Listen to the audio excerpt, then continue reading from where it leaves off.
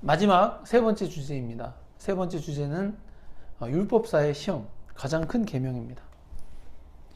사두개인들과의 부활 논쟁 후에 이 바리새인들은 예수님께서 사두개인들로 대답할 수 없게 하셨다는 소식을 듣고 예수님께 다시 모였습니다. 원래 처음 논쟁은 가이사에게 세금을 바치는 것이었는데, 그때 논쟁은 바리새인들과 헤롯 당원들이 연합하여서 예수님을 공경에 빠뜨리려고 했었습니다. 그리고 두 번째는 부활 논쟁으로서 사두개인들이 예수님을 공경에 빠뜨리려고 했었던 것입니다. 이 두 논쟁 모두 공경에 빠뜨리려고 하는 자들을 대답하지 못하게 할 정도로 예수님이 지혜롭게 답변하셨기 때문에 모두들 돌아갔습니다. 그러나 바리새인들은 세 번째 논쟁을 다시 하고자 예수님께 왔습니다. 마태복음 22장 35절에서 36절 같이 읽겠습니다. 그 중에 한 율법사가 예수님을 시험하여 묻되, 선생님 율법 중에서 어느 계명이 크니까? 아멘. 바리새인들 중에 한 율법사가 예수님을 시험하기 위해서 율법 중에서 어느 계명이 크니까? 라고 질문하였습니다.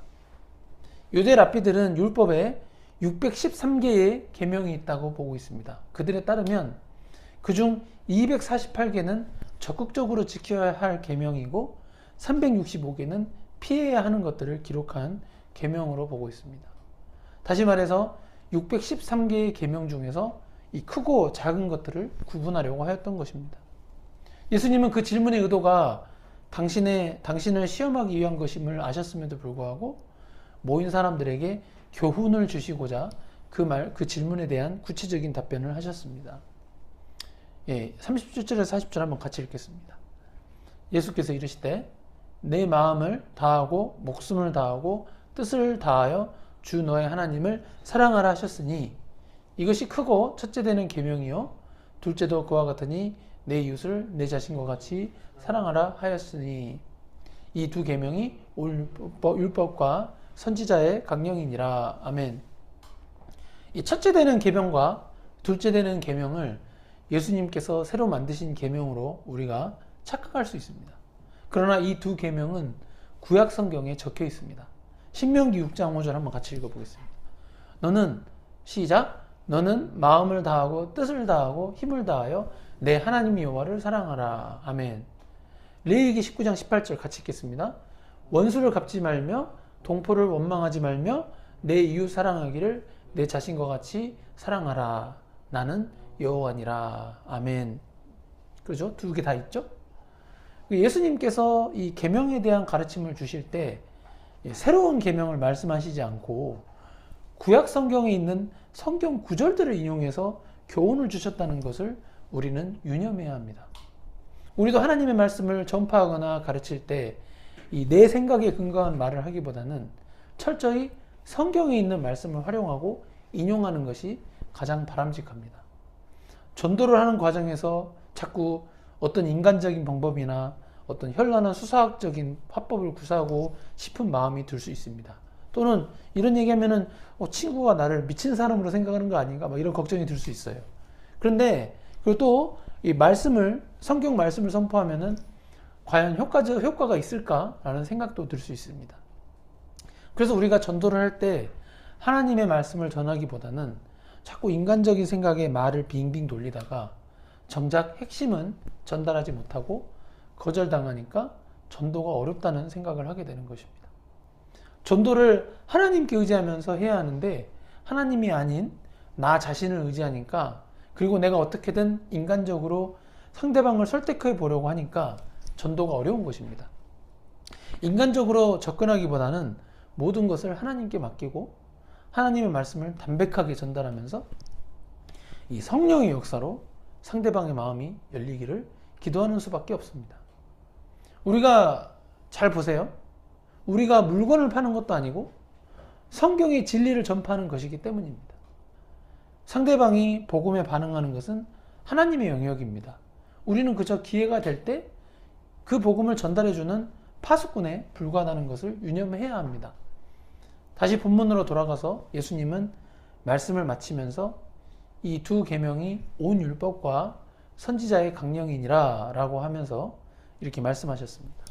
온 율법과 선지자의 강령이라는 말의 의미는 곧 이 두 계명이 모든 계명들 가운데 으뜸이라는 의미가 아니라 이 두 계명이 온 율법과 선지자에게 기본 원칙이 된다는 것입니다.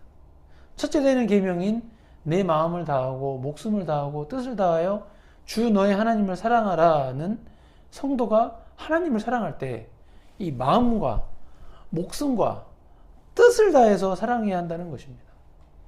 여러분은 하나님에 대해서 마음과 목숨과 뜻을 다해 사랑해 보셨습니까? 저 스스로 이 설교를 준비하면서 저 스스로에게 한번 물어봤습니다. 내 마음을 다하고 내 목숨을 다하고 뜻을 다해서 주 나의 하나님을 사랑하는가? 그 질문에 답하는 것이 너무나도 추상적이었습니다. 나는 분명 하나님을 사랑하고 있는데 말입니다. 그렇다면 마음을 다하고 목숨을 다하고 뜻을 다하고 있는가라고 스스로 질문했을 때 한번 질문해 보세요. 그 답변하는데 저는 자신이 없었습니다. 그렇다면 주 나의 하나님을 사랑해야 하는데 그 사랑의 정도를 나타내는 객관적인 지표가 무엇입니까? 질문. 네. 요한복음 14장 21절 한번 같이 읽어보겠습니다. 시작. 나의 계명을 지키는 자라야 나를 사랑하는 자니 나를 사랑하는 자는 내 아버지께 사랑을 받을 것이요 나도 그를 사랑하여 그에게 나를 나타내리라. 아멘. 예수님의 말씀에 따르면은 예수님의 계명을 지키는 자라야 예수님을 사랑하는 자라고 정확히 알려주셨습니다. 그러니까 우리가 하나님을 사랑은 하는데 그 사랑이 정말 하나님을 사랑하는 것인지 객관적, 개인적인, 주관적 판단에 맡기기보다는 예수님의 계명을 지키는 자가 되면은 하나님을 사랑하게 된다는 것입니다.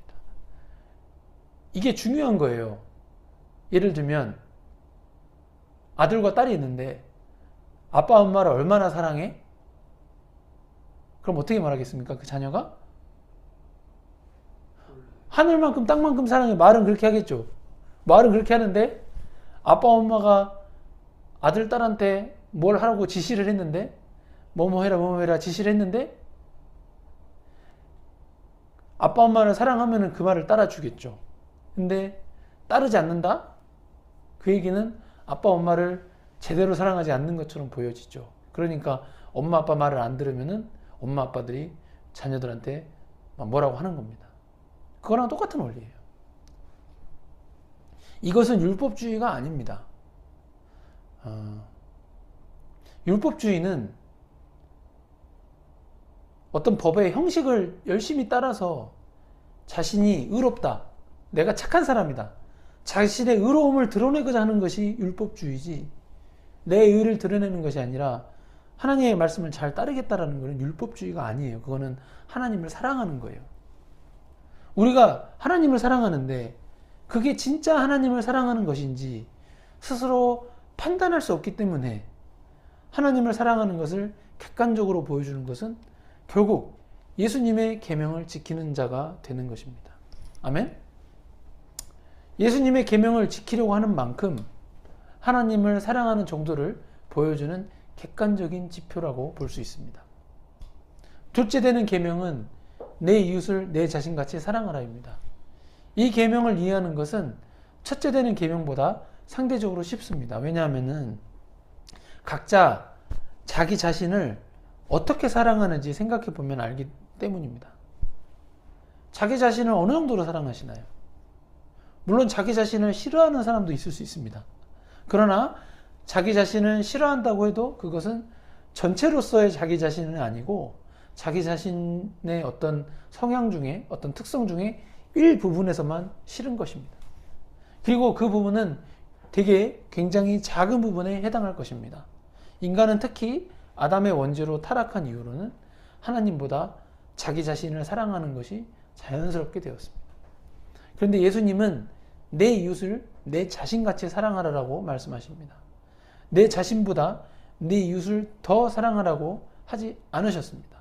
그래서 우리는 자기 자신을 사랑하는 만큼 우리 이웃을 사랑하면 되는데 자기 자신을 너무 사랑하니까 이웃을 자기 자신만큼 사랑하라는 말씀인데 이웃을 자기 자신만큼, 자기 자신을 사랑하는 만큼 사랑하지 못하는 것입니다. 내가 내 자신을 너무 좋아하니까, 너무 사랑하니까 다른 사람을 사랑하지 못하는 거예요. 자신의 몸과 자신의 소유를 아끼듯 이웃과 그들의 소유를 아껴야 하겠습니다.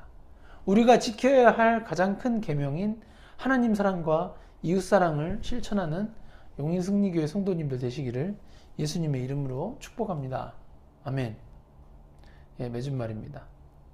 유대의 종교 지도자들은 예수님을 곤란에 빠뜨리기 위해서 계속해서 집요하게 선뜻 답하기 어려운 질문들만 예수님께 물어보았습니다.